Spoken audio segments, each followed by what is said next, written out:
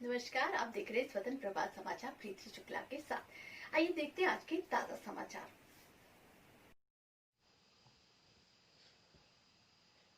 ज्ञानपुर भदोही में जनपद में पक्षियों के एवियन इन्फ्लुएंजा बर्ड फ्लू की बीमारी नहीं है। इसकी जानकारी मुख्य चिकित्सा अधिकारी डॉक्टर जेडी सिंह ने दी।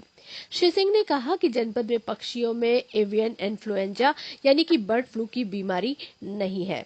उन्होंने बर्ड फ्लू की बीमारी के प्रकोप एवं उससे बचाव से संबंधित कई जानकारियां दी। बताया कि जनपद में अभी पक्षियों में एवियन इन्फ्लुएंजा बीमारी नहीं पाई गई है। विशेष रूप से जनपद के दमदम एवं अन्य पक्षी बिहार में पक्षियों के स्वास्थ्य के परीक्षण के बाद इसकी पुष्टि हुई है कि बर्ड फ्लू बीमारी नहीं है। बैठक में मुख्य पशु चिकित्सा अधिकारी डॉक्टर जेडी सिंह ने बताया कि एहतियात के तौर पे शासन से प्राप्त निर्देश के क्रम में पीपी किट एवं मास्क तथा बर्ड फ्लू से बचाव की दवाएं प्रचुर मात्रा में उपलब्ध हैं। मुख्य पशु चिकित्सा अधिकारी डॉक्टर सुनील कुमार ने बैठक में बताया कि सभी उप मुख्य पशु चिकित्सा अधिकारियों पशु चिकित्सा अधिकारी को निर्देश दिए गए हैं कि कहीं पर बर्ड फ्लू संबंधी सूचना मिलने पर जनपद स्तरीय टीम को अवगत कराया जाए ताकि तत्काल बीमारी पर नियंत्रण पाया जा सके। मुख्य विकास अधिकारी ने बैठक में मुख्य पशु चिकित्सा अधिकारी व वन विभाग के अधिकारियों सहित चिकित्सा एवं स्वास्थ्य विभाग के अधिकारियों को भी निर्देशित किया है कि जनपद में यदि एवियन इन्फ्लुएंजा बर्ड फ्लू की पुष्टि होती है तो उसके नियंत्रण के लिए पशुपालन विभाग, स्वास्थ्य विभाग, वन विभाग को आपस में समन्वय स्थापित कर तत्काल आवश्यक कदम उठाए जाए।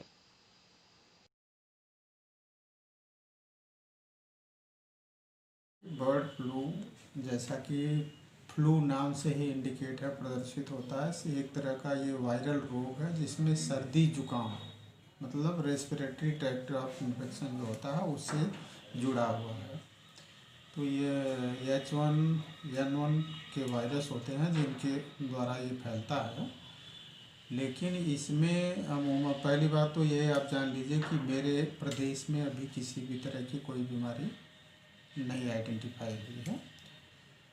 दूसरी चीज़ ये होती है, इस बीमारी में जो मेन प्रॉब्लम्स होती हैं वो सबसे पहले जानवरों को सर्दी जुकाम खांसी जैसा बुखार आता है।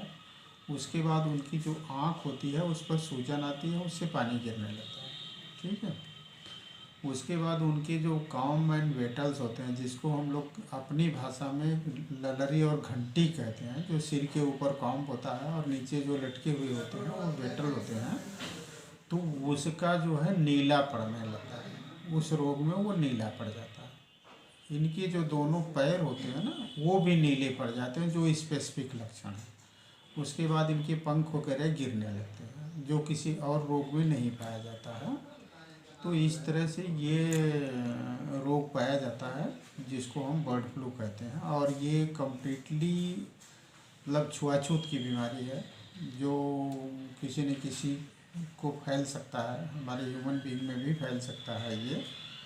लेकिन अभी जो आप देखे होंगे कि साउथ में, हरियाणा में, एमपी वगैरह में जो पाए गए हैं बत्तख और ये सब में बर्ड्स में डिजीज़, उसकी जो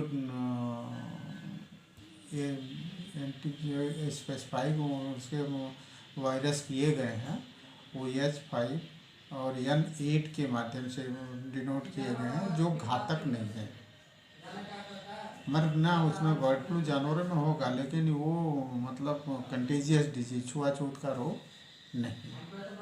जनपद में 6 टीमें गठित हो चुकी हैं, 6 ब्लॉक हैं, 6 टीमें बना दी गई हैं जिसमें कुल लगभग 35 कर्मचारी हमारे स्टाफ जो हैं लगे हुए हैं, जिसमें डॉक्टर उसका नेतृत्व कर रहा है और पशुधन प्रसार अधिकारी, फार्मासिस्ट और चतुर्थ श्रेणी कर्मचारी उनके साथ रेगुलर सब वो विजिट कर रहे हैं।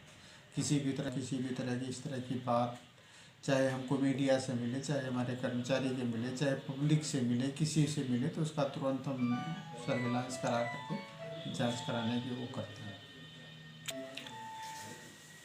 रियायत मतलब सुझाव जो है, देखिए बर्ड फ्लू वास्तव में तो खतरनाक बीमारी है, लेकिन अभी जैसे बर्ड फ्लू अगर इसको नाम दे दिया जाएगा, अफवाह फैला दिया जाएगा, तो हमारे पोल्ट्री इंडस्ट्री पर बहुत बुरा इसका असर पड़ेगा। इसलिए ऐसा पड़ेगा कि एक जो अंडे बिकते हैं वो बंद हो जाएंगे। मीट ब्रॉयलर के रूप में जो बिकते हैं वो बंद हो जाएंगे, तो हमारे पोल्ट्री इंडस्ट्री पर सीधे सीधे इसका प्रभाव पड़ेगा।